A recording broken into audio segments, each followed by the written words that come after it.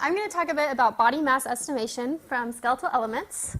And the first thing I want to clarify is I study human evolution, so I focus on hominins. And I want to talk about what exactly a hominin is.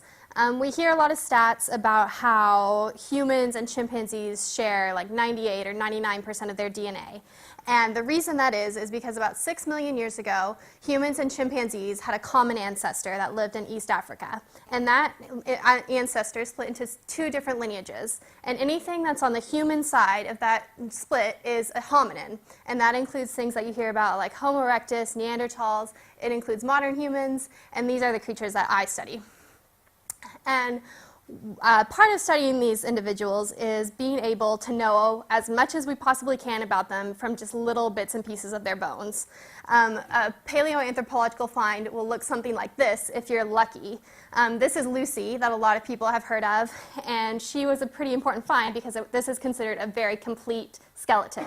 A lot of times you're lucky to get like a rib and a piece of their hand and maybe some of their skull, and so we want to be able to know as much as possible as we can about these individuals just from those bits and pieces. And one thing we try to speculate about from any skeletal element is the body size of the creature that it came from. Body size is hugely important when we look into this stuff because it can inform us about so many different aspects of their existence, such as their habitat, because if we're looking at a really huge hominin, chances are it wasn't living in trees anymore. Or its brain size, because we can speculate things about, well, if its hip bone was this big, then maybe its cranium was this big, and that means its brain was this size, and that speaks to the cognitive capabilities it had and how intelligent it was. And then it also informs us about their diet, because the size of their body relates to the size of their digestive tract. That speaks to what food they're able to digest. And then even their social structure, because if we find something like males of a species being always bigger than the females of a species, that kind of informs us that males were probably having to compete and fight for access to mates and for other resources, while if males and females were about the same size, then they were probably living in a more egalitarian society with many males, many females, and less competition. And then it also informs us about life history traits, such as how long the animal lived and what age it reached maturity and what age it reproduced. And so it's very important to be able to do this from just little bits of bone. And the bone that's really prominent in body mass estimation is your femur, your thigh bone, that connects to your hip from a ball and socket joint. And the ball of that ball and socket joint is called the femoral head. And so it fits into your pelvis just like that. And the diameter of that femoral head actually correlates really strongly in modern humans and in great apes with overall body size. And so there are 4 different researchers who have made regression equations where you plug in the diameter of that femoral head, and then it estimates the overall body size of the individual. And so these have all been developed based on modern populations of different sizes. Some were large-bodied, some were smaller-bodied, and we use these a lot to speculate about the size of these human ancestors that lived thousands, hundreds of thousands, millions of years ago. And essentially, we're not that sure how well they work. And so that's what I'm testing. My research, I was able to get a collection of 100 pelvic CT scans of modern British women. And so I'm able to look at these CT scans, measure that femoral head diameter, and then plug it into each of those 4 equations and see how well they're all doing. And then I have the corresponding information about each woman's height, weight, BMI, so I'm able to see just how accurate they are. And essentially, the answer is not that accurate.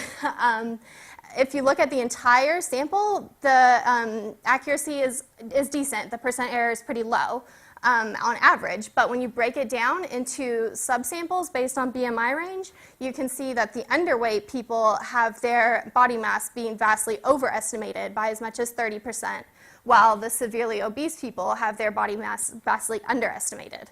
And so these equations are pretty flawed, and they're used both in human evolution and in modern things for things like forensics of identifying bodies and in events such as mass disasters. And so it shows that they might work okay if the person is normal weight, maybe overweight even, But if you're looking at these extremes, then they're pretty flawed.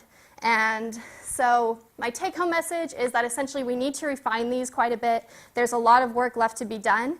And when we use them for human ancestors, really the best they're doing is giving us like a ballpark, grain of salt type of figure, which isn't that encouraging, especially for the body size extremes, which we're guessing we never saw like severely obese Neanderthals walking around, but there's a good chance that they were underweight because they probably were living in very harsh environments, struggling to survive. And so to me, that says that we need to especially refine these underweight equations because those individuals were more likely to be underweight. So that's all I have. Thank you very much.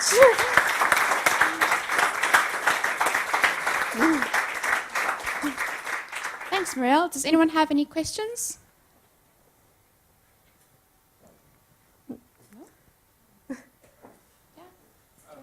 The first slide that you showed with the split between the chimpanzee and the hominids,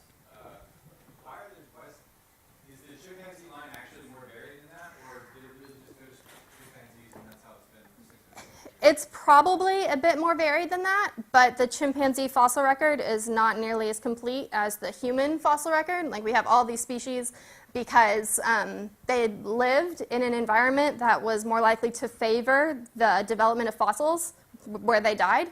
But the chimpanzee line, they were living in rainforest, and rainforest is not a good environment to produce fossils. And so we're guessing that a lot of them have just been lost. And so sadly, that's a line that we don't know much about. And then also it gets less attention because we're humans and we're interested in the human lineage.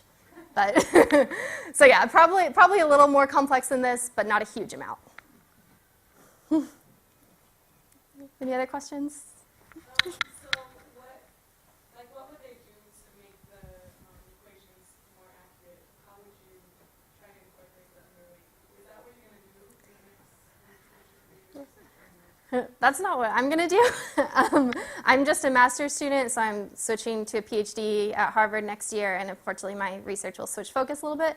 But if I was to continue this, and my recommendation for the other people that do this, is that we should create larger samples of more underweight, leaner people of modern populations and create equations based off those samples. And then also, it would be great if we could do this based off of other great apes, such as chimpanzees, orangutans, gorillas, because these human ancestors were pretty closely related to those individuals as well. Some of them maybe, like this individual, maybe looked a lot like a gorilla. And so it would be helpful if we could look at gorilla femurs and create equations based off of those.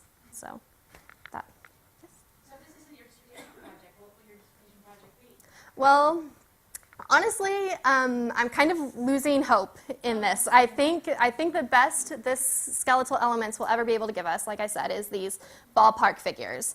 And so I think genetics is going to be more the key. If we can extract ancient DNA from the hominins, and I think that will tell us more to be able to know what their genes tell us about what size they were, what shape their bodies had. And so my dissertation research will be focusing on looking at which genes control an individual's size and shape.